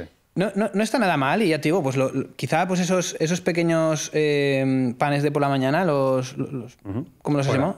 Los picos. No, está bien, pero cámbialos por trigos sarraceno, por ejemplo. Vale. Y así ya estarías realmente dentro de una low carb y además bastante low carb, porque tampoco has metido mucho carbohidrato, ¿eh? Los guisantes y el pan. Intento reducir, porque te diré que he notado que si meto mucho carbo me produce inflamación. Bueno, es así. Yo lo noto. O sea, yo cuando hago definiciones, hasta hace poco estaba en definición, ¿vale? Al final a mí me gusta hacer un volumen en invierno, como mucho más carbohidrato dentro de lo natural, y luego hago una definición para el verano, pues para verme mejor y porque es lo lógico realmente. Entonces, cuando hago cetogénica, inflamación cero. Pero cero, ¿eh? Ya te creo. Y empiezo a meter carbos y otra vez me noto hinchado y pesado. A mí me pasa con la vida social. Llega el fin de semana, mis hijas, pues, oye, ¿tomamos una hamburguesa? Tomamos una hamburguesa con el pan y te empiezas a comer como mal. ¿La hamburguesa qué van? Unos nachos con guacamole, pico de gallo, claro, más carne, o por lo menos hay más carne. Al día siguiente, uy, que a lo mejor que hay una pizza. Dices, ya he hecho el guarro. O sea, todo el fin de semana... Que yo digo te has fatal, portado muy bien estos días para enseñármelo, ¿no? No, yo entre semana siempre como así. Vale. Además, me encanta hacer deporte y he comprobado que si yo no como así, también igual es un problema mío intestinal, ¿eh? A las 5 o 6 horas yo no puedo hacer deporte aeróbico a tope, porque voy con pesadez. Pero si como esto, claro, voy como un tiro. Y si ceno eso, duermo que no veas. Súper bien. Y si no ceno, duermo aún mejor. Cenar por la noche, cenar Ayunos. tarde inflama mucho, ¿eh? Hablamos brevemente de ayunos. Se nos va el reloj, ¿eh? Pero sí, iba a decir algo antes, ya se me ha pasado, pero... Bueno, es un buen podcast de nutrición. Os hago la pregunta. ¿Tú qué crees de momento? Bueno, yo creo que está bien. ¿Está bien lo que hemos ido hablando? Muchas pinceladas. Al final es que un podcast lo que pasa es que son muchas pinceladas. ¿Te vuelves otro día? Sí, y con un vegano. Oye. Lo dejamos caer. Entonces el tema de ayunos, porque si volvemos a ese hombre ancestral, había ayunos por necesidad, por obviedades. El ayuno está en nuestra genética y es una de las maneras que se ha comprobado científicamente que aumenta la longevidad. La restricción de alimento, sobre todo en horas. ¿Vale? La ventana metabólica es cuando tú haces tu primera comida, empieza, y cuando haces la última, acaba. Entonces, la gente tiene unas ventanas metabólicas que desayuna a las 8 de la mañana y cena a las 10 o las 11. Ya. Eso es muy grande. Eso es mucho alimento, eso es mucha inflamación, ¿vale? Eso es mucha fatiga a nivel intestinal, que lo hemos hablado antes, y muchos alimentos que no te están aportando nutrientes. Vale. Entonces, cuando tu ventana metabólica es más cortita, pues, por ejemplo, saltarte el desayuno y comer a las 12. Y luego hacer otra comida a las 7 o a las 8. Tu ventana metabólica es mucho más pequeña. O sea, un par de comidas al día. Un par de comidas al día sería lo óptimo. Yo he leído la Biblia porque me parece un libro interesante y allí dice que lo mejor es hacer 2 comidas al día. Una cuando el sol está más alto, a eso de las 12, y otra cuando el sol empieza a caer. ¿Vale? A eso de las 7, las 8. Ahora alarga un poco más, pero bueno. Entonces esas 2 comidas son óptimas y no necesitas nada más. Ahora, es como las haces. Porque si tú te hinchas a comer mierda en esas comidas, es que vas a tener hambre a las 2 horas. Ya, no te leas de la Biblia la dieta de Daniel, que eran legumbres a cascoporro. Sí, esa parte me la voy a saltar. ¿Sí, no? Creo que sí. Si no me podría falla, ser. Si no, me falla la memoria. Entonces, la cosa es esa, ¿no? Que el ayuno intermitente realmente, yo digo que es como la meditación del sistema digestivo. Realmente está meditando, está tranquilizo, se está limpiando. Es como si tú tienes un plato y siempre estás poniendo comida en el plato y nunca lo limpias. Pues el ayuno lo que hace es limpiar ese sistema digestivo. Y lo que se ha visto es que hay un proceso que se llama autofagia, que la gente está muy equivocada, que eso no sucede con 16 horas de no comer. La autofagia viene... La buena, porque autofagia ahí al principio, ¿no? Siempre va a tirar de reserva. ¿Qué significa? ¿Comerse a sí mismo? Exactamente. Lo que hacen las células es, por ejemplo, pues hay mitocondrias dañadas. Hay ciertas proteínas que pueden acabar siendo cancerígenas. Ya. Entonces lo que hacen es coger eso que está mal y utilizarlo como energía para poder pues sobrevivir. O sea, como un proceso de depuración. De depuración, exactamente. Entonces la autofagia es eso. Y eso aparece con ayunos un poco más prolongados, que es lo que se llama el ayuno profundo, que es estar varios días sin comer. Y eso cada vez lo hace más la gente, y es verdad que tienes que estar preparado. O sea, primero tienes que hacer una alimentación cetogénica, tener flexibilidad metabólica, porque si tú te hinchas a ultraprocesados y empiezas a hacer ayunos para compensar, o empiezas a hacer ayunos prolongados para limpiar y tal, te va a salir mal y te vas a encontrar mal y vas a decir, qué mierda el ayuno, no me gusta. ¿Vale? Eso le pasa a mucha gente, incluso cuando empieza a hacer dieta cetogénica y no la estructura bien. No, hay que hacer las cosas bien, ¿no? Hay que empoderarse antes de hacer algo. Y la autofagia, por ejemplo, pues es algo que realmente te va a dar años de vida. Hay un hombre, hay un estudio de un hombre que estuvo un año entero sin comer. Un año entero sin comer. ¿Eso es posible? Era un hombre con mucha obesidad y estuvo un año sin comer. Y eso está documentado. Realmente podemos estar mucho tiempo sin comer y realmente es uno de los mejores estados de limpieza de nuestro organismo y te va a hacer vivir muchos años. El ayuno es muy bíblico también, ¿eh? Sí, y en general muy religioso. Muchas religiones no comen. Y es que hoy en día la gente elige no comer, porque si no estaría comiendo todo el día. Y es lo que interesa. Por eso se habla mal del ayuno, de cara de gente que se dedica a vender ultraprocesados, que lo que quiere es que tú comas, porque es dinero. Entonces, si tú no comes, ahorras dinero. Que esa es otra de las cosas que dicen, no, es que comes mucha carne y tal. Claro, yo hago 2 comidas al día. En una meto huevos y en otra meto carne. ¿Qué vas a comer hoy, Juan? Además de los huevos que te he traído. Voy a romper el ayuno con 2 huevos. Y luego, la verdad que voy a comer por aquí con un amigo, entonces no sé qué va a pasar. Pero normalmente suelo pedir como platos, pues un poco de carne, una ensalada y algo así. Tienes que encontrar la manera de no perder la vida social también. Sí, es un equilibrio, pero siempre hay opciones. La cosa es que, claro, si te vas a un sitio de comida rápida con tus amigos, pues está claro que ahí no vas a encontrar opciones. Claro. Y cuando estés en casa ya de noche solo, que tengas el control de 100%, sí, pues seguramente ¿qué cenarás? Me haga una tortilla francesa con un poco de pues unos espárragos o un poco de calabacín a la plancha, cosas así. Sí, o algo de fiambre de calidad, un poquito de la caña de lomo. De lo último que te quiero preguntar, porque me sabe fatal, pero nos vamos de tiempo. No te pasa tendré nada. que emplazar de verdad a un nuevo encuentro y estupendo, me parece. ¿Qué has aprendido con las 300 personas que has atendido el último año? Mira, yo he aprendido muchas cosas. Lo primero es que... ¿Por qué vienen a ti primero? Bueno, vienen a mí porque realmente yo con mis redes sociales... O sea, yo nunca he publicado una foto, una historia, un tal de un antes y un después. Nunca. Y aún así me sobra gente. ¿Por qué? Porque realmente es el boca a boca. El boca a boca te hace que te venga una persona que está muy mal, que la coges y que mejora un mogollón. Y eso es lo que hace que mi consulta esté llena. Yo ahora me quiero quitar las consultas porque me chupan mucha energía, porque me implico mucho en gente que está enferma, que es lo que hablábamos cuando yo venía. A mí no me viene gente con sobrepeso, obesidad, no, a mí me viene gente con problemas metabólicos, con diabetes, con cáncer, con SIBO, con disbiosis, con problemas gástricos, con... Entonces, a mí eso lo que me ha dado es un máster de experiencia, porque yo no me corto. O sea, yo no tenía ni idea de cómo tratar a una persona con cáncer, porque en la universidad no te enseñan, no te lo enseñan. Te dicen que le des azúcar, que es el principal producto energético del cáncer. El cáncer come mucha azúcar, muchísima. Entonces, ¿cómo le voy a dar eso? Entonces, al final a mí me ha enseñado a tratar a personas, a tener una buena entrevista también, que muchas veces es fácil, o sea, el saber qué le pasa a esa persona. Y la verdad que estoy muy contento porque lo que me ha servido es para darme cuenta que estoy en el camino correcto. Yo estoy en el lado correcto de la historia, pero vamos, 100% seguro, porque la gente es sana. O sea, tú le das este tipo de alimentación y se le van todos los problemas, a nivel metabólico, claro. Y cosas que puedes tratar, ¿no? Y luego puedes ayudar, ¿no? Porque un cáncer, oye, hay tipos de estrategias, ¿no? Por ejemplo, la sueroterapia con vitamina C, grandes dosis, 40-50 gramos de vitamina C en una persona con cáncer, es una locura. O sea, hay estudios clínicos de unas mejoras impresionantes, pero esa persona tiene que tener también otras herramientas modernas, como puede ser la quimio o cosas así. O si esa persona no quiere, hay casos de cáncer con dieta cetogénica y estrategias así como seroterapia y cosas así que se han curado solo con eso. No digo que la gente se vaya a curar, que tenga cáncer y se cure solo con eso, no, pero hay casos clínicos N1 que se han visto y que son muy interesantes. Entonces vamos a poner todas las herramientas. Hay un tipo de quimio que se llama la quimio metronómica, que es muy interesante, porque lo que hace hoy en día la Seguridad Social es, una vez al mes, ¡pum!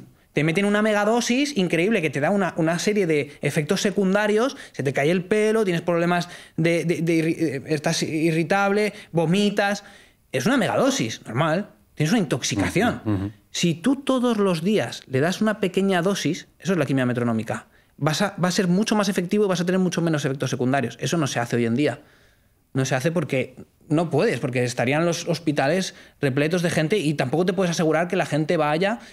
Entonces, hay muchas alternativas que se pueden conseguir para ciertas patologías y yo me he encargado, porque ya digo que ahora no quiero pasar por allí, y para mí ha sido como un aprendizaje de vida brutal y sobre todo afirmar, y lo digo de todo corazón, que estoy en el lado correcto de la historia. ¿Has logrado convencer a tu familia? Mi familia, por ejemplo, mi padre era diabético tipo 2 y durante mucho tiempo le conseguí quitar la medicación. Lo que pasa es que él tenía una pancreatitis, que al final lo que sucedía es que su insulina no estaba produciendo la suficiente por un deterioro de un órgano. Pero yo he revertido diabetes tipo 2. Fácilmente. Fácilmente. Y mi madre, por ejemplo, igual. Mi madre fue la que me llevó hacia el veganismo. Cuando yo era un adolescente, yo cocinaba con 14 años en mi casa comida vegetariana y como mucho una vez por semana o dos comía algo de fiambre o unas salchichas Frankfurt, pero todo lo demás era tofu, era soja, éramos prácticamente veganos. Y luego durante un tiempo hice vegano, pero lo dejé rápido. Pero mi madre tuvo que meterse inyecciones de vitamina B12 y estuvo muy jodida durante mucho tiempo. Y allí fue cuando volvió a comer carne. Me llega gente muy mal a nivel digestivo, a nivel de deficiencias nutricionales por hacer una dieta vegana, porque es una moda, porque no hemos comido nunca así, nuestro cuerpo no está preparado para ello. Necesita suplementos y hacer una estructuración muy buena. Mi madre lo hacía muy bien. Juntaba la legumbre con el arroz, los vegetales, el tal, no sé qué. Es una chica informada. Hay que tener cuidado y hay que tomar buenas elecciones. Un pequeño contrapunto. También hay zonas, las blue zones, las zonas azules. Es verdad que puede ser multifactorial también, ¿eh? Ya acabamos. Es que, madre mía. Es otro melón. Donde hay personas muy longevas, por ejemplo, Japón, Okinawa, algún sitio de Italia, también de Grecia. Sí. Viven mucho y comen pocos cárnicos. Pero comen carne. Pero es verdad para empezar ya comen carne. Mira, todos comían carne o pescado. Sí. Todos. Pero tienen también menos estrés. Tienen unas habilidades sociales muy buenas. Es decir, ellos comen en familia, despacio, tranquilos, que eso es algo de la dieta mediterránea que se ha perdido también. Y sobre todo tenían también manera de cubrirse las espaldas. Decían, no, yo si no tengo dinero, tengo a mi amigo que me ayuda en tal. O sea, todo ese tipo de cosas que da mucha tranquilidad. O sea, hoy en día la gran mayoría de personas se muere por el estrés. Ya. Y por comer mal, y por tener malos hábitos, y por todo esto, ¿sabes? Bueno, voy un poco hacia donde quiero ir, que al final no es solo la comida, que es mucho, sino el estilo de vida que uno lleva en conjunto. O sea, nosotros hablamos de salud integrativa. La salud integrativa integra todo lo que es tu ambiente. De hecho, mucha gente que me llega muy enferma, le digo, tú no puedes sanar en el mismo ambiente donde has enfermado. Va a ser muy difícil. Tienes que salir de ahí, tienes que romper, múdate de casa, vete a otro sitio y cambia todos tus hábitos radical. ¿Vale? Entonces es contacto con la naturaleza, que a mí me gusta hablar de la vitamina N. A la gente le falta la vitamina N, le falta estar en la naturaleza, bajo el sol, con los árboles, escuchar el río, los pájaros. Vivimos en hormigueros que nos enferman y cada vez hay más estudios que hablan de que vivir en ciudades enferma. Es así. Entonces, vitamina N. Otra cosa interesantísima, caminar descalzo en el pasto. Se ha visto que es uno de los mayores antioxidantes en estudios clínicos impresionantes. ¿Por qué? Porque el suelo nos dona electrones y si tú vas con goma todo el día, eso no deja pasar nada. Entonces, caminar descalzo es un antioxidante impresionante y es un vasodilatador. O sea, hay estudios que se ven como los glóbulos rojos empiezan bueno, es impresionante, ¿no? Pues cosas así. Por supuesto, El sol, que te dé el sol. El sol que está satanás. Dijimos al principio del programa que ibas a hablar de sol y sal. Y sal. Bueno, madre mía, nos falta podcast. Sí. Pero bueno, al final el sol nos da vitamina D, nos da óxido nítrico, que es un vasodilatador impresionante, nos da serotonina, endorfinas. O sea, yo cuando estoy triste es porque llevo una semana que no me ha dado el sol. Y me pongo al sol y estoy otra vez genial. Es que nos hemos desnaturalizado. Exactamente. Totalmente. Exactamente. Y eso nos está llevando a enfermar. Y es perder nuestra esencia como humanos, como animales. Somos animales. Y es así. Y la gente no lo entiende. Entonces, es todo integrativo. También las habilidades sociales, o sea, o el contraste social, que tener una buena relación con una pareja. Total. Hay una cosa que se llama la frustración evolutiva. Y es que realmente nosotros, nuestra vida, siempre ha sido levantarnos para conseguir comida, para cuidar de nuestras crías, para cuidar de nuestro clan. Pero hoy en día todo eso lo tenemos ya. Quizá lo del bebé, pero eso es un momento de nuestra vida pequeño, ¿no? Sí. Pero tú te levantas y tienes alimento. Te alimenta, tienes la casa, tienes seguridad, tienes... Entonces, como frustración, ¿qué hago ahora? Y tenemos que meternos en trabajos que no nos llenan, que nos hacen estar tristes, vacíos, y frustración. Si a esa persona que está deprimida tú la sueltas en medio del campo, que le dé el sol, que esté en la naturaleza, que haga una vida ancestral, en 2 días se le pasa. Yo hay días que noto que estoy deprimido y es cuando también, aparte del sol, el teléfono. Cada vez hay más estudios que hablan de que el teléfono deprime. Y es así, ¿estás deprimido? Quítate el teléfono. Quítatelo. Entonces es un poco volver a nuestra esencia como animales, sí. Muchas gracias. Llegamos al final ya. Te quiero hacer un par de preguntas, ¿vale? Bueno, la primera es que dejes tú una pregunta. Porque ¿Para la gente? Para la gente que defenderá el veganismo que va a venir. ¿Qué le preguntarías para yo poder plantearle la pregunta de Juan Bola y dejar la pelota en su tejado? Bueno, yo creo que una de las preguntas es lo que hablamos, ¿no? Que el veganismo es una moda, que nunca antes en nuestra historia evolutiva hemos sido veganos. Hay culturas... Le pregunto eso, le pregunto, ¿el veganismo es una moda y nunca en ningún momento de nuestra evolución hemos sido veganos? A ver qué responde. Sí, ¿por qué no? O no sé, es que me has pillado. Sí, yo creo que es una buena pregunta, o no sé, o algo relacionado con que la carne, o sea, tú puedas vivir toda la vida comiendo carne, o sea, solo un animal, tú comiendo una ternera en 365 días, todas sus partes, todas. Perfecto, cogeré esto y lo plantearé también. ¿Vale? Tú puedes vivir solo comiendo un animal. Del morro a la cola, que eso es otra cosa que no hemos hablado hoy, pero es que se come del morro a la cola, los callos, el hígado, los sesos, todo tiene un valor nutricional diferente. Los huesos. Los huesos, el caldo de hueso, el colágeno, es un superalimento. No hay colágeno en el mundo vegetal, no lo hay. Entonces, si eso puede hacerlo un vegetal, podríamos planteárnoslo, pero no puede. Muy bien, dicho queda, anotado y lo lanzaremos. Vale. Pregunta final de Roca Project, de las dos. ¿Cómo afrontas la certeza de la muerte? Yo no tengo miedo a la muerte, porque yo lo que hago para el día a día, para mi vida, es buscar esos momentos que cuando tú estás ya moribundo en una cama en un hospital, me arrepiento de tal y no sé qué, y ojalá hubiera viajado más, y yo todo lo que veo que me llena y que en ese momento que estoy en la cama moribundo le digo a mi nieto, mira, hice esto y es que fue lo más grande. Viajar, por ejemplo, me encanta. Además vuelvo trastocado. O sea, vuelvo, digo, me cojo otro avión y me voy a otro lado. O sea, es que no quiero volver a esto. Pero me encanta, ¿no? Pues hago eso. O yo qué sé, o de repente una chica, yo estoy soltero, pues veo una chica que me gusta en un supermercado y tal, y voy allí y le digo, hola, ¿qué tal? ¿Quieres venir a cenar conmigo? ¿Sabes? O sea, no me guardo nada, no me callo nada y vivo cada día como si fuera el último. Intensamente. Sí. Y entonces cuando llegue el momento, que llegue. Yo he hecho todo lo que he podido. ¿Y crees que será el final o el principio de algo distinto? Creo sinceramente que será el principio de algo distinto. Yo me leí un libro que me cambió mucho la vida, me he leído muchos. De hecho, si puedo recomendar 2, recomendaría Conversaciones con Dios y recomendaría otro que es Muchas vidas, muchos maestros. Son 2 libros que a mí me han cambiado mucho la perspectiva de vivir. Y es un libro que habla te estructura un poco lo que es la reencarnación y otras vidas y todo este tipo de cosas. Y yo creo sinceramente en ello. ¿En la reencarnación Sí. o que hay una vida después? Al final es lo mismo. Creo en que haya más vidas después, sinceramente. ¿Crees en Dios, por tanto, por lo de Conversaciones con Dios? Creo en que hay un ser, ¿vale? Que hay un ser que realmente es poderoso y que está por encima de todos nosotros. No sé si llamarlo Jesús o Dios o cómo, pero sí que creo que hay algo, una divinidad o algo. Y creo mucho en Jesucristo.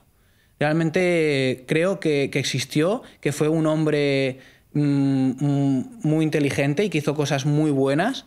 Y que realmente Jesucristo se habla de él en muchísimas religiones, pero muchísimas, y totalmente diferentes, con diferentes nombres. Pero sí, también creo en que estuvo y que hizo cosas maravillosas. Pues yo que creo también en él, profundamente, te animo a acabar de descubrirle. Sí. Sí, es, Sí, una, es una vale. recomendación personal. Tú me recomiendas Escuché comida. un podcast aquí que hablabais también Sí, de este sí, tema sí. y me Sale, pareció es que sale, mira, muy interesante. De nuevo, otra vez, un nutricionista hablando de cosas de Dios aquí. Sabes que no te pregunté esto para venir aquí, pero no sé qué pasa en Roca Project, que viene mucha gente que cree qué cosas tú. Sí. Mira, yo creo que Jesús es Dios y además lo espero. Y también lo espero por la comida, porque a Jesús le gustaba mucho comer. Sí, es verdad. Hizo Yo muchas no me cosas. imagino un cielo sin comida.